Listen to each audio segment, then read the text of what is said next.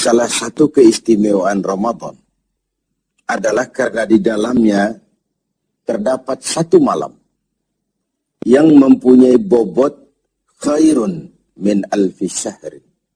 Satu malam tetapi lebih baik daripada 1000 bulan. Kita sebut itu sebagai Lailatul Qadar. Kapan sih Lailatul Qadar itu? Dan bagaimana kita harus menyikapinya? Sepakat sebagian besar para ulama, berdasarkan riwayat dari hadis, bahwa Lailatul Qadar itu jatuh pada malam-malam ganjil, salah satu dari malam-malam ganjil, di 10 yang akhir dari bulan Ramadan. Bisa dia tanggal 21, 23, 25, 27, 29. Di malam-malam ganjil. Dari 10 yang akhir. Inilah rahasia kenapa baginda Rasul, kalau sudah masuk 10 yang akhir dari Ramadan, hamparkan, sing-singkan lengan baju, hamparkan sajadah, dan lebih banyak di masjid ketimbang di rumah. Ini bedanya baginda Rasul dengan kita. Kita sudah memasuki 10 yang akhir, gulung sajadah. Tengok 10 yang akhir. Barisan tarawih di masjid mulai mengalami kemajuan. Orangnya makin susut.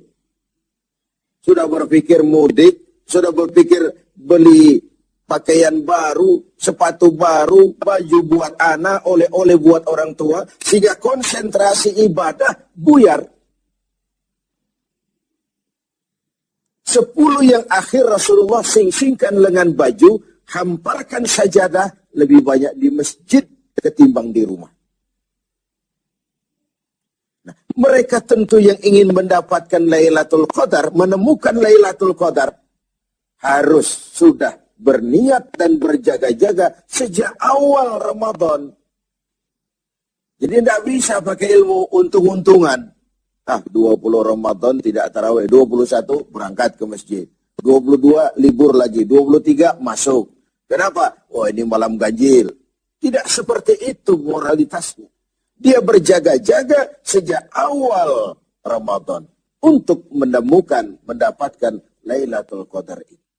Bagaimana kita harus menyikapi Lailatul Qadar ini?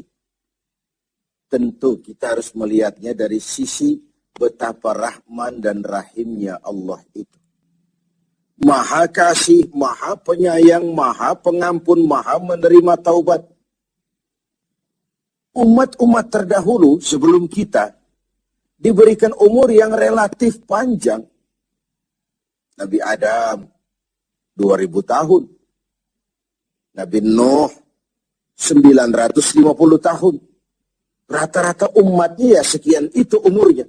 Jadi secara hitung dagang, kalau 300 tahun mereka bergelimang dosa, kan masih punya stok 400 tahun untuk bertaubat. Umpama hitung-hitungannya harus begitu. Kita umat Nabi Muhammad ini, umat terakhir ini, diberikan umur yang relatif pendek. Bahkan kalau mencontoh kepada Rasul, 63 tahun beliau wafat meninggalkan kita semua. 63 tahun. Taruhlah kita seperti itu. Kalau 40 tahun kita bergelimang dosa, sisa umur cuma 33 tahun, ditebus dengan taubat seperti itu, kan belum seimbang neracanya. Apa dosa lalu harus tidak terampuni? Apa tidak ada peluang untuk melakukan pemutihan terhadap seluruh kesalahan yang pernah kita lakukan? Dari sisi inilah kita melihat makna Lailatul Qadar. Allah yang maha pengasih, Allah yang maha penyayang, seakan tidak langsung saja bilang, "Hei umat Islam, sekalipun umurmu relatif pendek, kau jangan pesimis, kau jangan skeptis. Sekalipun begitu banyak kesalahan kau lakukan, dosa kau tumpuk, dan umurmu relatif pendek, jangan sedih. Aku berikan kepadamu waktu dan tempat yang punya nilai spesifik. waktu dan tempat yang punya nilai istimewa. Tugasmu memanfaatkan peluang yang diberikan itu. Itu sebabnya ada penggandaan nilai pahala. Sholat berjamaah pahalanya 27 kali lipat daripada sholat sendiri. Beribadah di hari Jumat mendapat tambahan pahala. Sholat di Masjidil Haram di Mekah 100.000 kali pahalanya ketimbang di masjid-masjid biasa. Itu tidak lalu berarti sudah sholat di sana lalu berhenti lagi sholat di mana-mana karena merasa sudah banyak stok. Sudah punya banyak devisa. Bukan itu pengertiannya. Ada ruang dan waktu yang punya nilai istimewa. Kalau kita pandai memanfaatkannya, maka nilai lipat kelipatan dari ibadah kita itu diberikan oleh Allah Subhanahu wa Ta'ala. Itulah sebabnya Allah menyediakan ada bulan istimewa Ramadan, ada hari istimewa Jumat, ada waktu istimewa sepertiga malam yang akhir, ada tempat istimewa Arafah, Mina, Multazam, Raudhah, Zamzam. Ada waktu yaitu Lailatul Qadar. Satu malam lebih baik dari 1000 bulan. 1000 bulan itu kan 83 tahun. Dan jarang orang sekarang yang mencapai umur 83 tahun. Yang kedua, kita harus melihat Lailatul Qadar dari perspektif kita sebagai manusia. Tidak ada orang yang tidak pernah salah. Sengaja atau tidak, kecil atau besar, khilaf atau terpaksa, setiap kita mesti pernah melakukan kesalahan. Ya kepada sesama manusia, ya juga kepada Allah. Salah kita kepada Allah, kita bertaubat langsung kepadanya. Sampai-sampai di hadis kursi dikatakan, "Lau amiltumul khataya hatta mala'atis sama, thumma nadimtum fataballahu alaikum." Kalaupun kamu berbuat dosa, penuh langit dengan dosamu, kemudian kamu menyesal, bertaubat, Allah pasti akan menerima taubat kamu.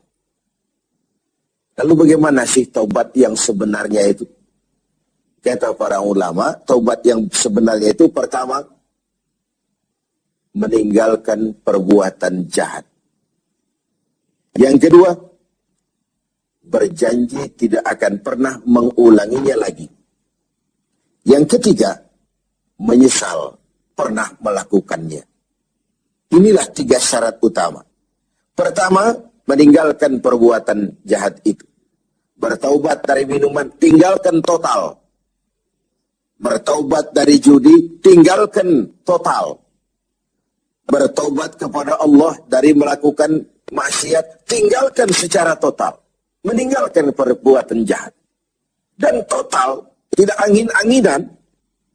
Yang kedua, berjanji tidak akan mengulanginya lagi. Tidak akan pernah lagi saya berjudi. Tidak akan pernah lagi saya berzina. Tidak akan pernah lagi saya mencuri. Berjanji tidak akan mengulangi. Dan yang ketiga, menyesal telah pernah melakukan itu. Bukankah kadang-kadang kita berkata, saya sekarang sudah tua, dulu waktu muda saya sudah puas. Bukan menyesal, puas. Sekarang saya sudah tua, dulu waktu muda sudah puaslah saya. Sudah pokoknya sudah puas. Bukan puas yang diminta. Menyesal, kenapa dahulu begitu? Kenapa telah melakukan itu? Inilah makna taubat yang sebenarnya. Pemirsa TV7 yang berbahagia. Orang yang beribadah Ramadan dengan baik, melaksanakan taubat dengan benar, diterima taubatnya, pantas dia keluar dari Ramadan, masuk 1 Syawal, pantas jika ia masuk dalam golongan minal aidin wal faizin. Masuk dalam golongan orang yang kembali. Kembali kemana? Kembali kepada fitrah. Suci, bersih. Seperti bayi baru dilahirkan oleh ibunya. Tidak punya dosa kepada Allah. Lantaran sudah dilebur oleh ibadah dan taubatnya di bulan Ramadan. Wal faizin, dan termasuk ke dalam golongan orang-orang yang beruntung. Tidak dalam artian yang materialistis. tapi dalam artian memperoleh keberkahan dalam hidup dan keberuntungan di dunia, lebih-lebih di akhirat nanti. Inilah Ramadan, di mana kita selalu mencari nilai tambah dari setiap amal yang kita lakukan. Karena umur yang diberikan relatif pendek. Dosa yang kita kerjakan relatif banyak. Kalau nerakanya tidak diimbangi dengan upaya mencari nilai tambah tadi, boleh jadi tidak akan ada keseimbangan dalam neraca hitung-hitungan kita di hadapan Allah Subhanahu wa Ta'ala. Padahal seimbang saja sudah rugi. Kita ingin masuk dalam fa'amman sakulat mawazinuhu, orang yang berat timbangan kebaikannya, bukan yang berat timbangan kejahatannya. Adanya nilai keseimbangan ini akan membawa kita kepada keberuntungan di padang mahsyar kelak, di pengadilan Qadhi Rabbul Jalil. Oleh karena itu, dalam setiap langkah di Ramadan, mengisi Ramadan ini, kita tetap berupaya mencari nilai tambah dari suatu amal. Dan amalan itu, bagaimanapun baiknya sudah kita kerjakan, tetap mengacu kepada fa'idha farauta fansub. Kalau sudah selesai kau kerjakan satu perbuatan, sing-singkan lengan bajumu, bersiaplah untuk tugas berikutnya. Tidak ada puas, tidak ada prestasi puncak. Bagaimanapun baiknya sudah yang kita lakukan, dia hanya awal menuju ke arahnya. Sadaqallahul azim.